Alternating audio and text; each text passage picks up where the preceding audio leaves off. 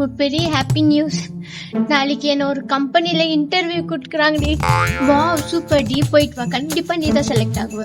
எனக்கு என்னவோ நாளைக்கு நான் செலக்ட் ஆக மாட்டேன்னு தோணுதுடி. அப்படியெல்லாம் ஒண்ணும் இல்லடி, திங்க் பாசிட்டிவ். ஓகே, நாளைக்கெல்லாம் நான் இன்டர்வியூ சரியா அட்டென்ட் பண்ண மாட்டேன். எல்லாரும் என்ன பார்த்து சிரிக்குவாங்கல்ல. ஏய், எதுக்குடி அழுவுற? நான் லைஃப்ல தோத்துருவேன்னு தோணுதுடி.